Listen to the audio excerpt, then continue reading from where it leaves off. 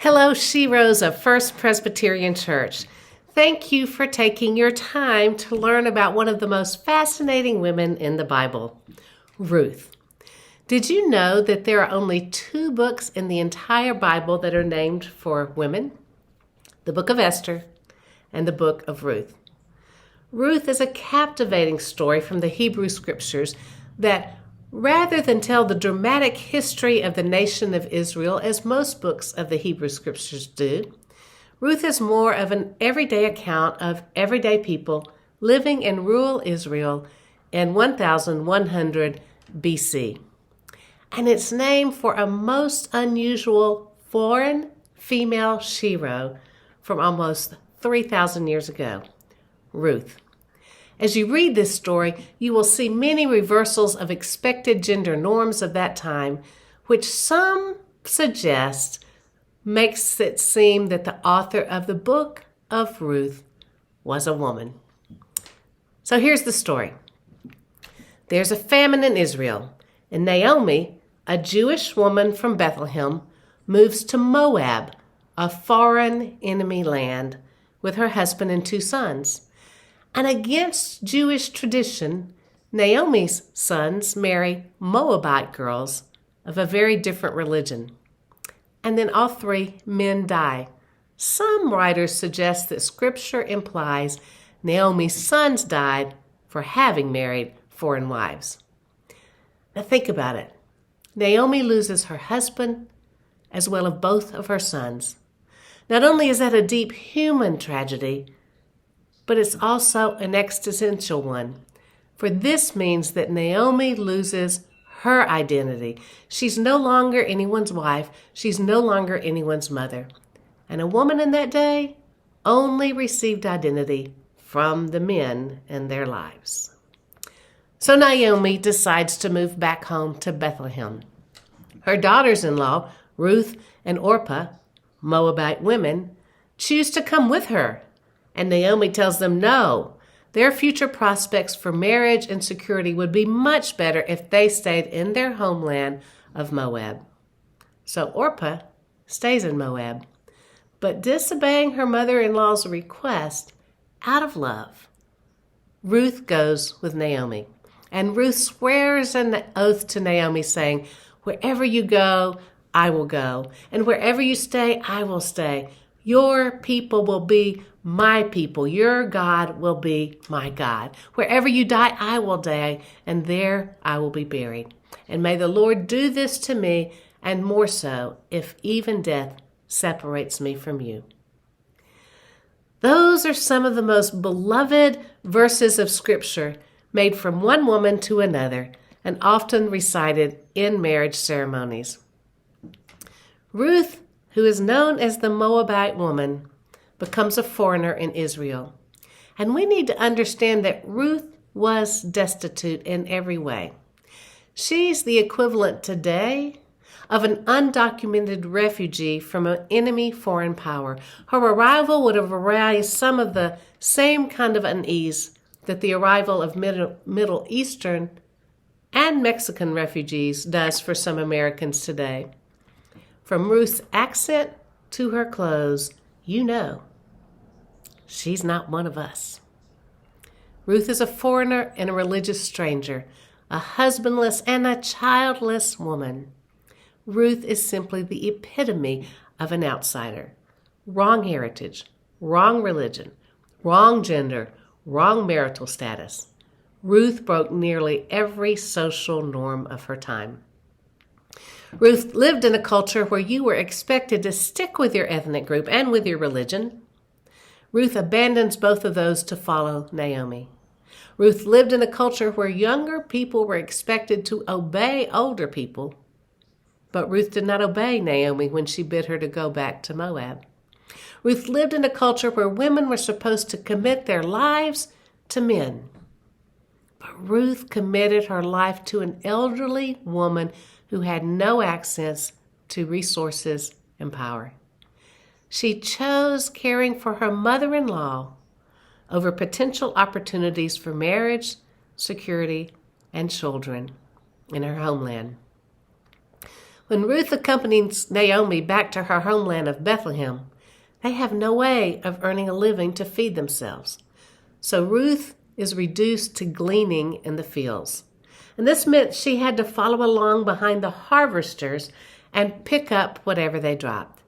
That's a dangerous situation because bad things often happen to a single woman alone in a field full of male workers. But luckily, Ruth gains the attention of Boaz, a wealthy older landowner who was related to Naomi's dead husband. Boaz saw Ruth's love for her mother-in-law as a virtue worthy of high esteem. To him, Ruth's integrity made up for her complete lack of social status. This rich landowner welcomed her. He ate with her. He kept her safe. And for a time, that was as far as their relationship went.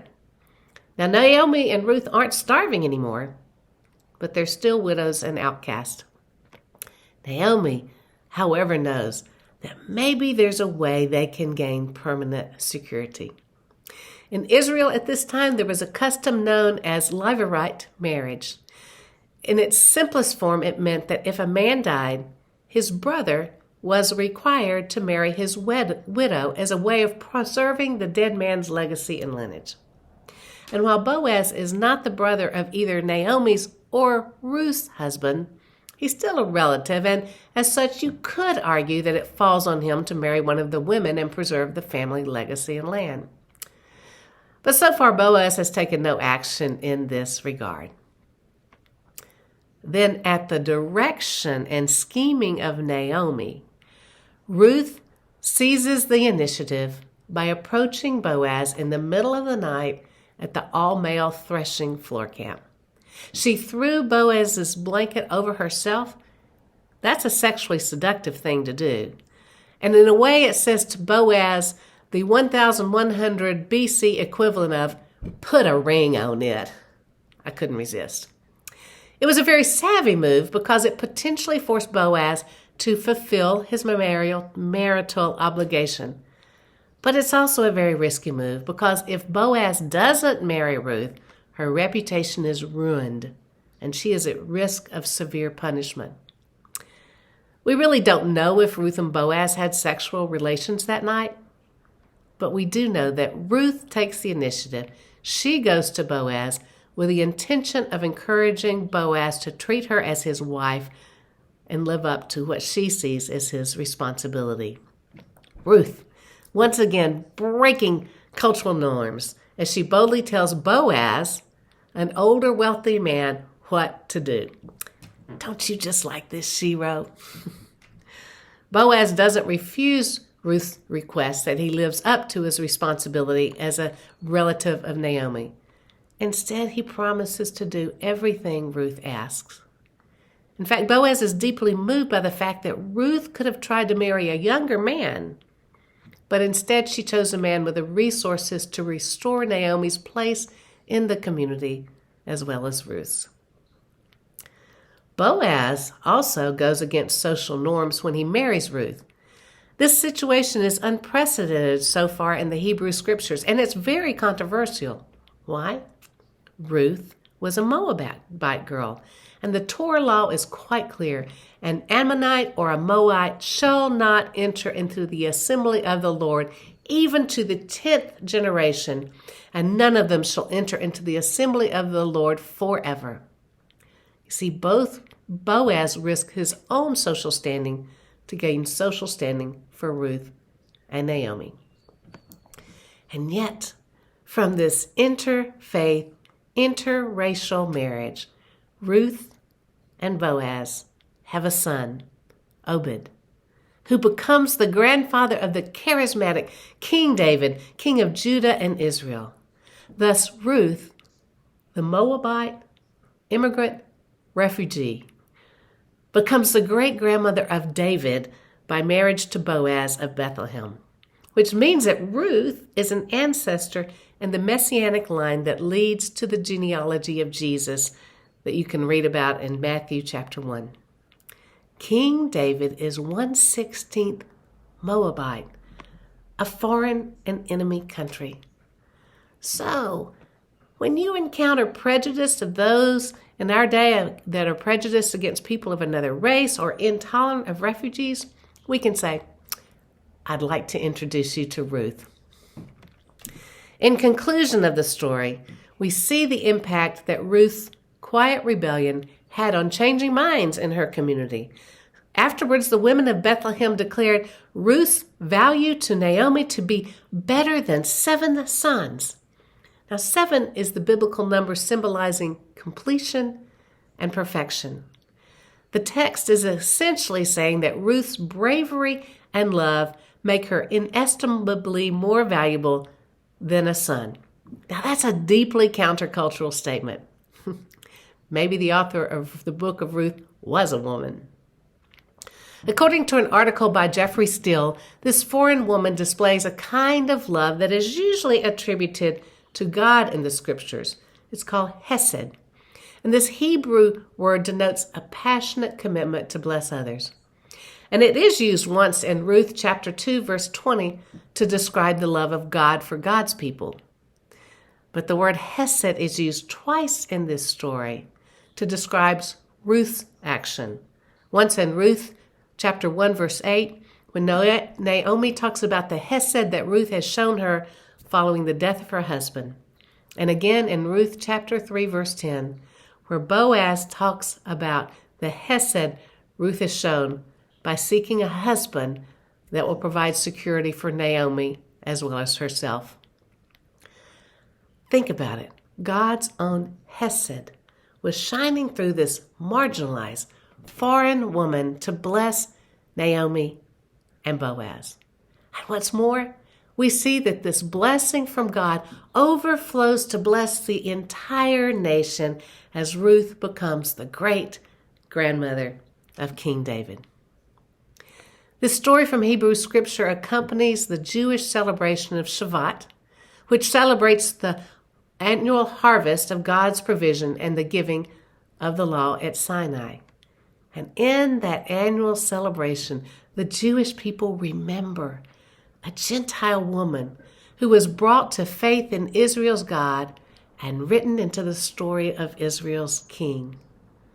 That hesed love is the very heart of God that we see throughout the Hebrew scriptures, which might be why this Gentile woman becomes the namesake of a book in the Hebrew scriptures. So what are we as Christians to make of this story and of Ruth? As Christians, we hold Mary up as the ideal woman to be emulated, and for many great reasons. But I say perhaps Ruth is an equally good candidate. Ruth models for us someone who is deeply devoted to God and to those around her, someone who truly loves others as she loves herself. But Ruth also clearly understands that love and faith are useless unless accompanied by action. Ruth evidences a strength and decisiveness that displays an active participation in God's plan, maybe even more so than Mary. Now, Mary accepts the favor of God to become the mother of Jesus. She encourages Jesus to perform his first miracle in the Gospel of John, turning water into wine. Mary certainly was a disciple of Jesus and is present throughout his ministry, standing at the foot of the cross as her son died. Ruth, the destitute outcast, is the counter-cultural change agent, breaking cultural norms to follow God's plan, and becomes the great-grandmother of King David. The story of Ruth takes place 1,100 years before Christ, and yet I believe that in Ruth we find a beautiful example of what Christian love is all about and what it means to love the stranger, refugee, and immigrant in our midst. Thank you for spending your time together learning about this amazing shero, Ruth. And I can't wait for our conversation together. Have a good afternoon. Bye-bye.